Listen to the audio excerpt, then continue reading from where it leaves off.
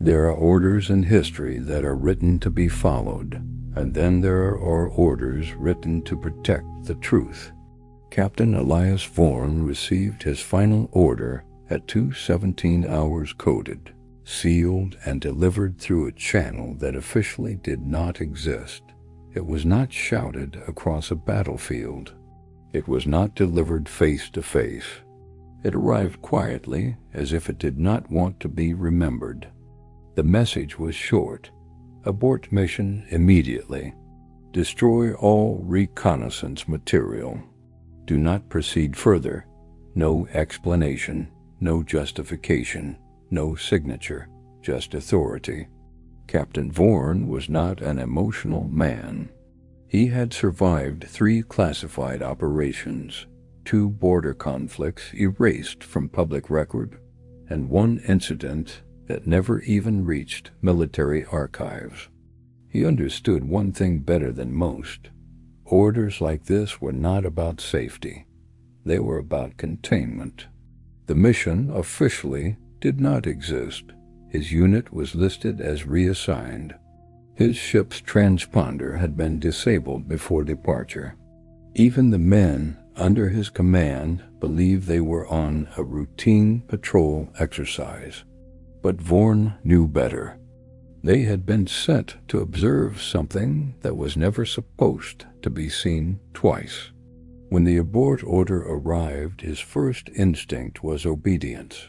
He logged the time. He reread the code. He waited for confirmation.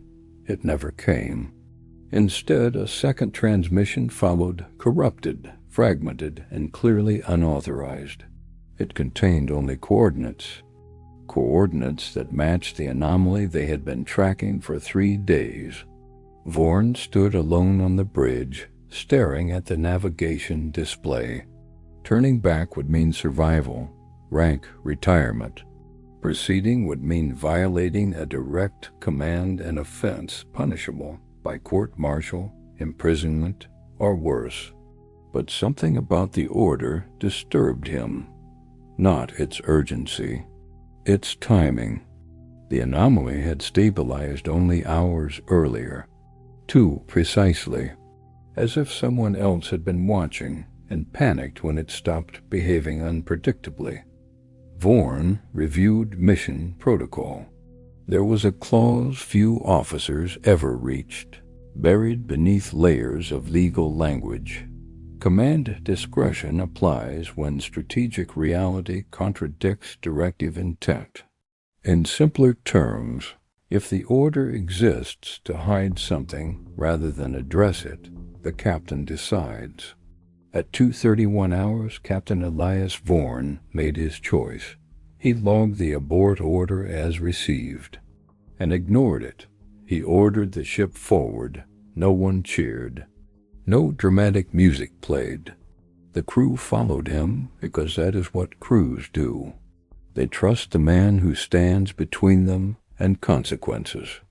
None of them knew they had just crossed the final line of an invisible boundary. The line where obedience ends and responsibility begins.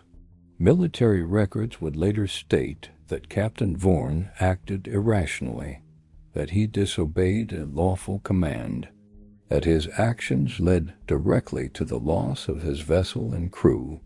What the records would never explain is why the order existed in the first place, or why, after he ignored it, every trace of the mission was marked classified, permanently sealed. Captain Vaughan did not disobey because he was reckless. He disobeyed because he realized something terrifying. The order was not meant to save him.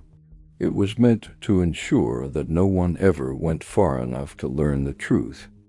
The anomaly first appeared as static, not interference, not equipment failure. Static was structure. Radar operators noticed it before anyone else, a distortion that repeated itself at exact intervals, too consistent to be natural, too irregular to be coded. It hovered at the edge of detection, like something deliberately staying just out of focus. Captain Vaughan ordered passive observation only. No pings, no active scans. Whatever this was, he didn't want it to know it was being watched. The signal pulsed every 90 seconds.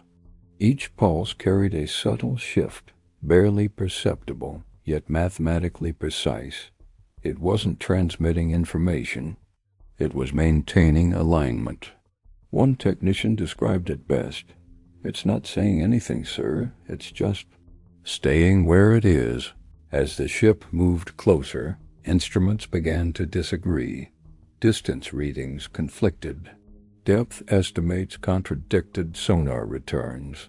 The anomaly refused to resolve into size or shape. It existed without committing to dimension. Vaughan reviewed the historical fragments attached to the mission documents stripped of context. Diagrams without labels, reports ending mid-sentence. One phrase appeared again and again. "Do not allow stabilization." That was when the abort order arrived. Stabilization meant permanence. Permanence meant discoverability. Whatever command feared, it wasn't danger, it was confirmation. Against protocol, Vaughan authorized a controlled scan.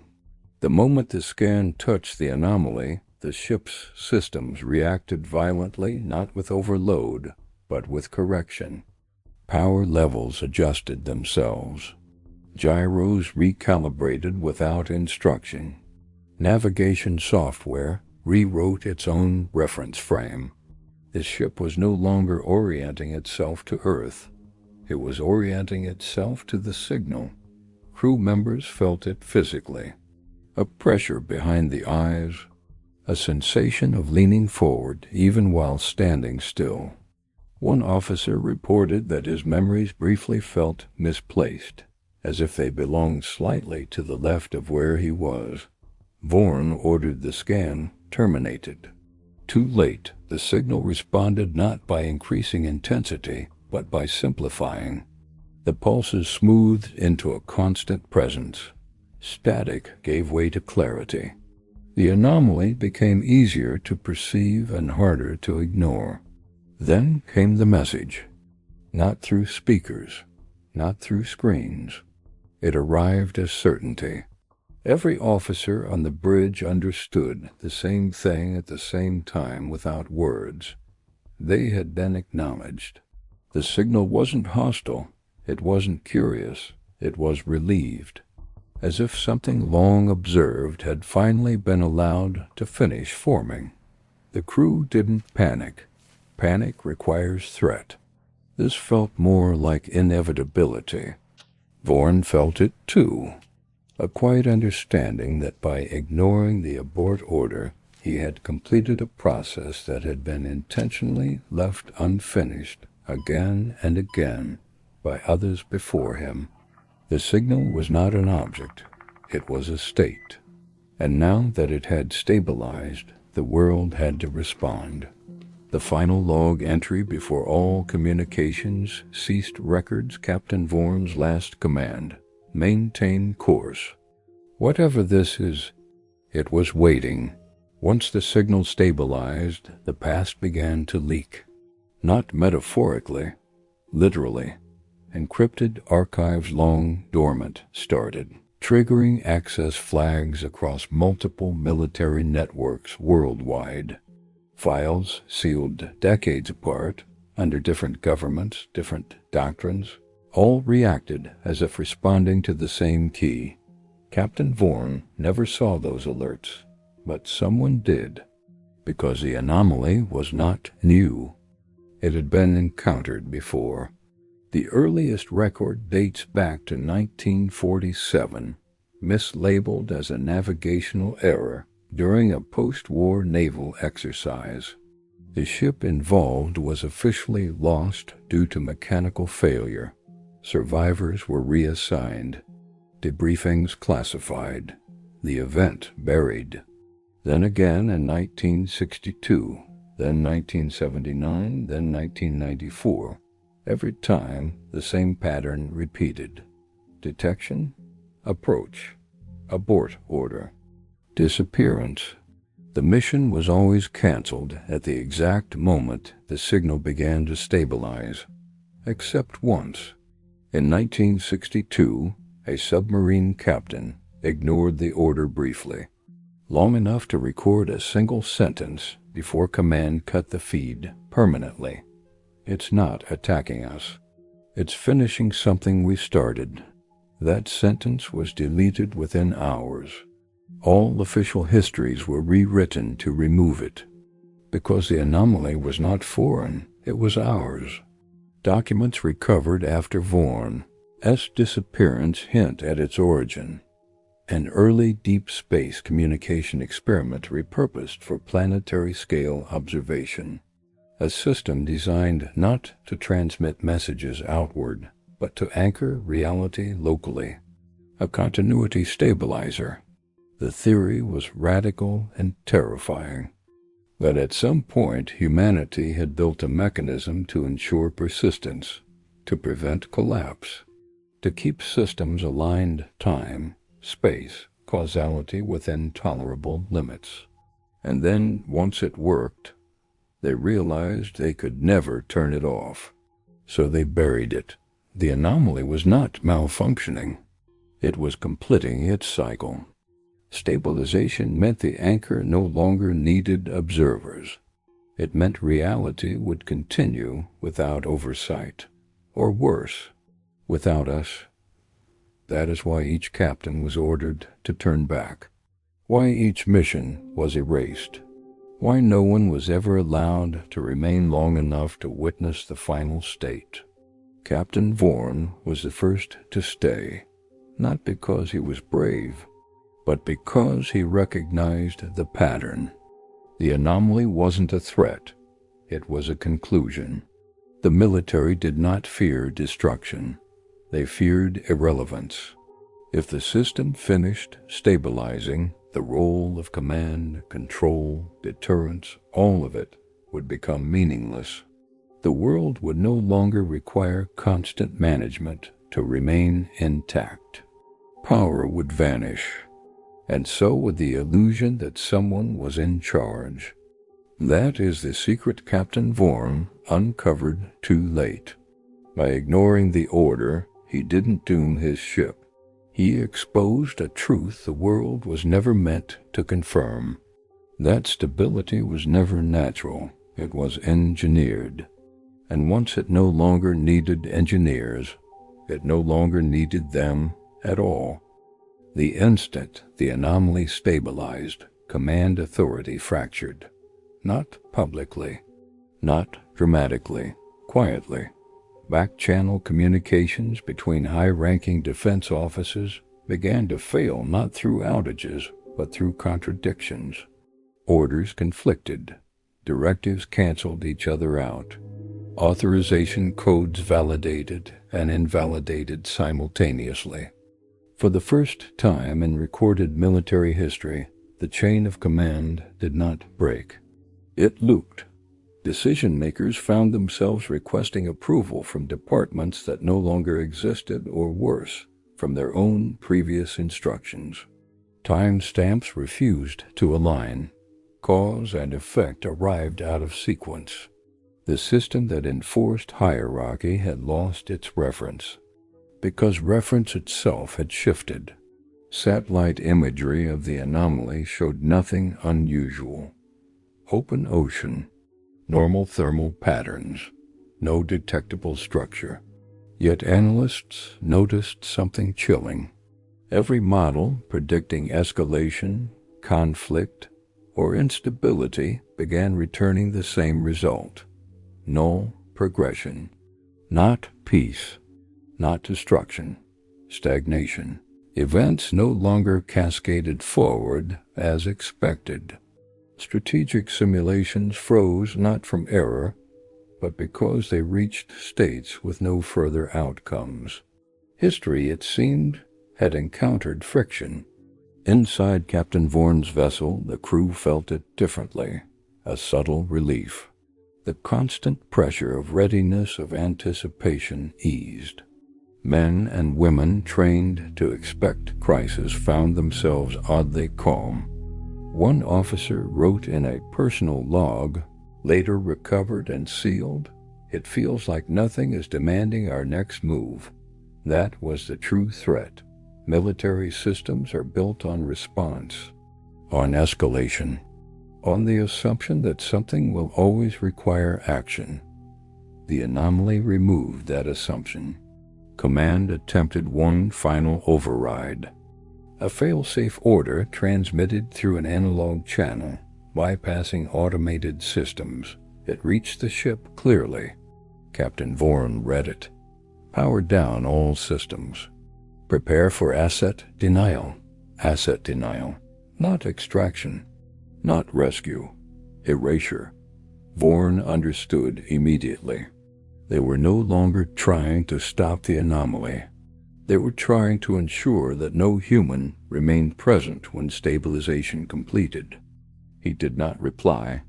Instead, he ordered all recording devices to continue running manual only. No encryption. No compression. No filters. If this was the end of oversight, he wanted a record unshaped by intention. The anomaly responded. Not with force, with completion. Sensors reported a final alignment, every system agreeing for the first time since detection. Time sync stabilized. Spatial readings stopped fluctuating. The ship felt settled, as if it had found a resting position in reality. That was when all external communication ceased permanently. No jamming signature, no interference. Just absence.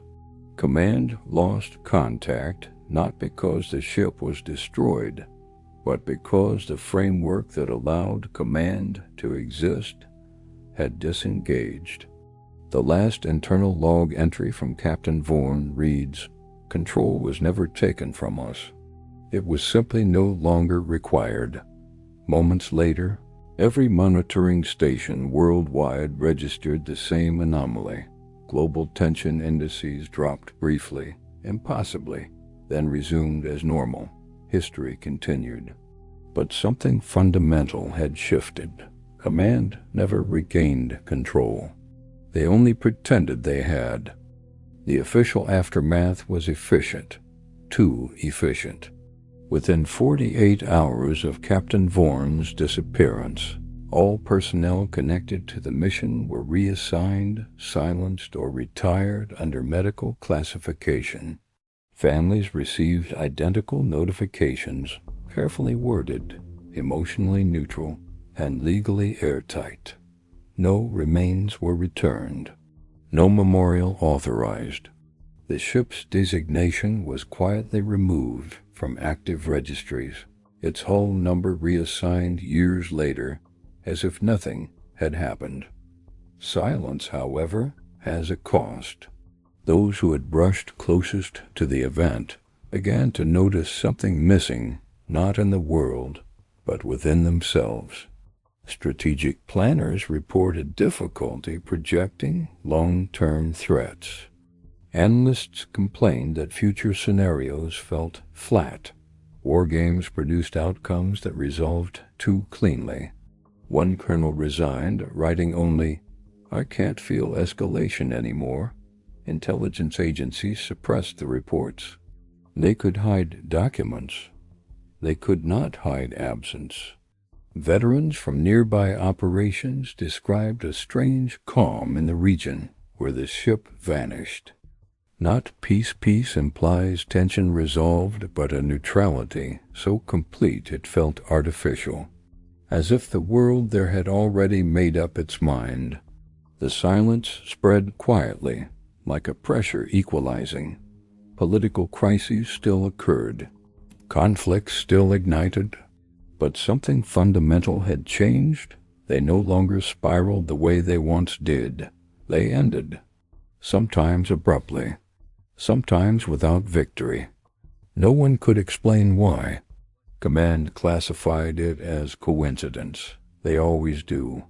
But buried in a restricted archive is Captain Vaughan's final unsent message, recorded locally but never transmitted.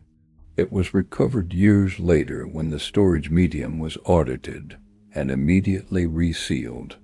It reads, "The cost was not death. It was removal from necessity. We paid it willingly. That was the ultimate price. Not destruction. Not punishment. Irrelevance. Captain Vaughan and his crew did not vanish because they were silenced.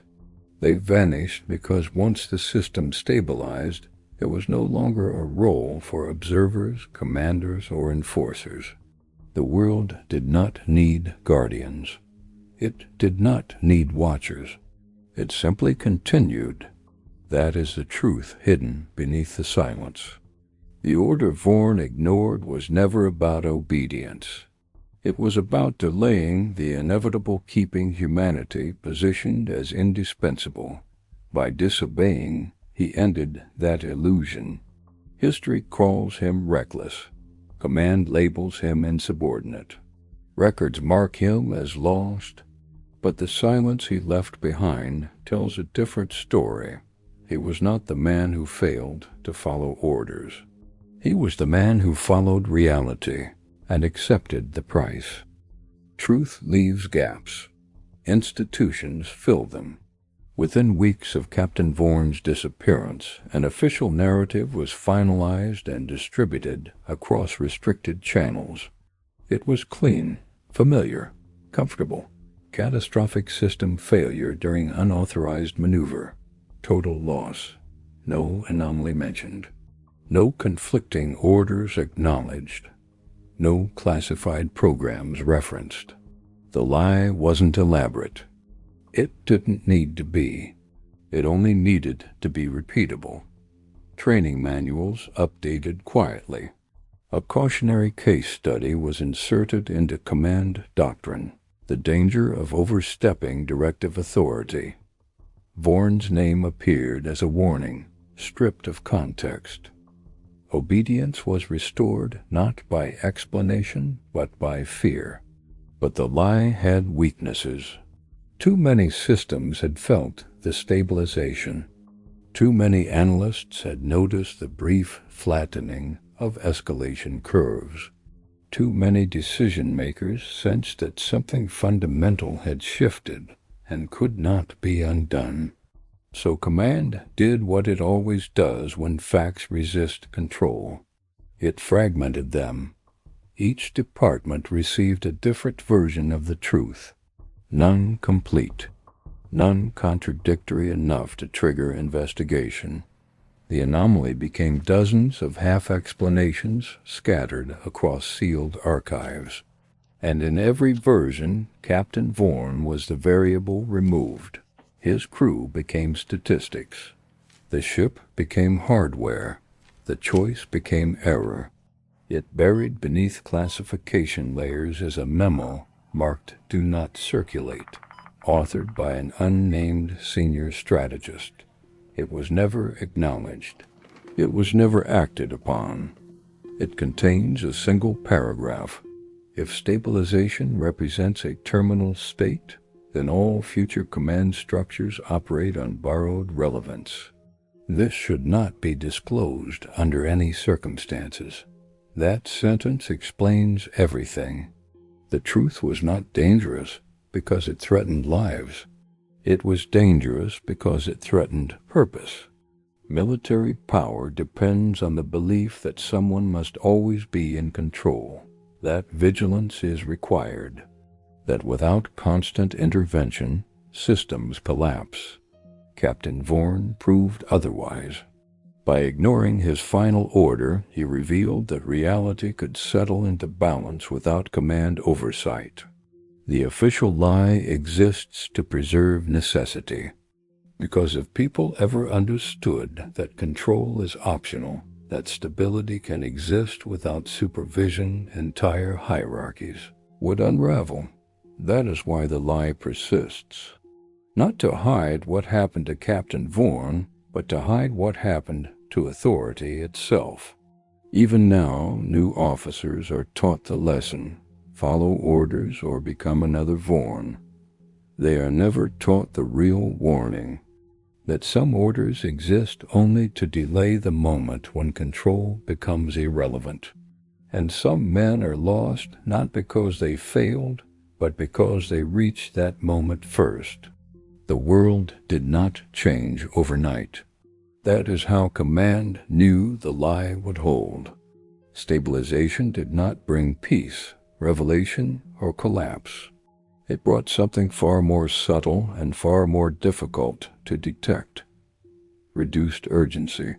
Conflicts still ignited, but they burned differently. Escalation slowed. Brinkmanship lost its edge. Situations that once spiraled toward catastrophe now stalled, as if reality itself resisted being pushed too far. Diplomats noticed it first. Negotiations reached conclusions that made no strategic sense, but worked. Tensions eased without decisive victories. Long-standing rivalries cooled, not because of resolution, but because momentum simply faded. Military planners hated this. They could not predict stagnation. They could not weaponize it. There was no doctrine for a world that refused to escalate. In classified think tanks, analysts coined an unofficial term, inertia zones, regions where outcomes resisted acceleration, where intent failed to translate into impact, where force met diminishing returns almost immediately. Publicly, these zones were dismissed as statistical noise. Privately, they were mapped, and they aligned disturbingly well with the last known position of Captain Vorn's ship, radiating outward over time, not as a wave, but as a gradual normalization. The stabilization was spreading, not as influence, as absence of requirement. One intelligence officer wrote in a sealed report, "It's not stopping us. It's making us unnecessary." That officer was reassigned within days, yet the consequences continue. Automated defense systems increasingly defer to human oversight, not due to error but because escalation thresholds are never met. Decision-making loops hesitate, seeking justification that no longer arrives. It is as if reality itself has raised the bar for conflict. Captain Vorn's final act did not remove free will. It removed inevitability. And that may be the most dangerous change of all, because systems built on certainty collapse when certainty disappears. You cannot threaten a future that no longer demands to arrive. You cannot dominate a world that no longer requires domination. That is why Vorn's story remains buried, why his file remains sealed, why his choice is framed as failure. Because if his disobedience becomes known as success, then every order must be questioned, and not every structure survives that scrutiny. Captain Vorn paid the ultimate price not with his life, but with his place in history. He became an absence powerful enough to reshape consequence itself, and the world quietly continues to adjust. History records Captain Elias Vorn as a cautionary tale, a commander who disobeyed, an officer who failed discipline, a loss written off as operational error. That is the version allowed to exist.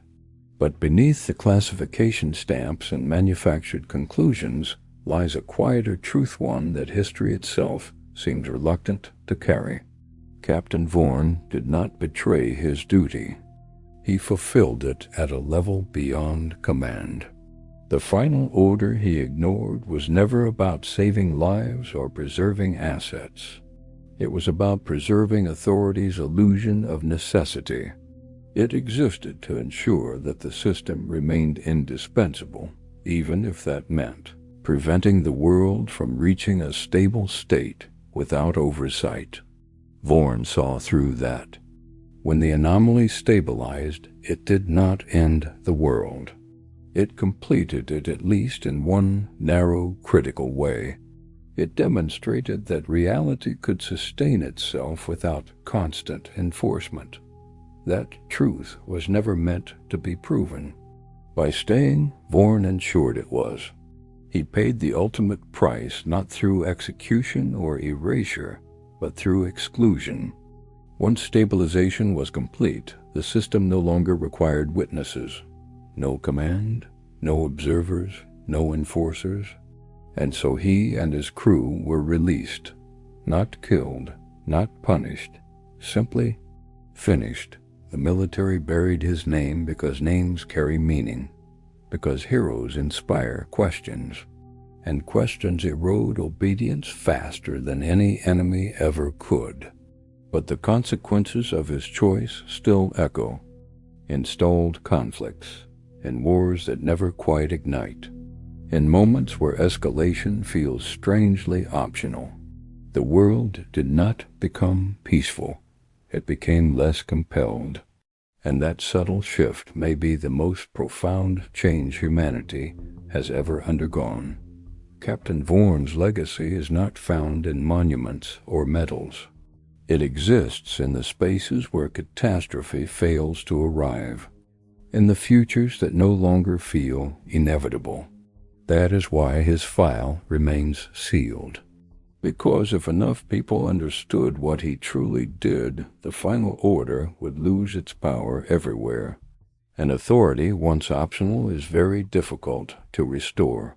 Captain Elias Vaughan chose reality over orders. History punished him for it. The world, quietly, did not.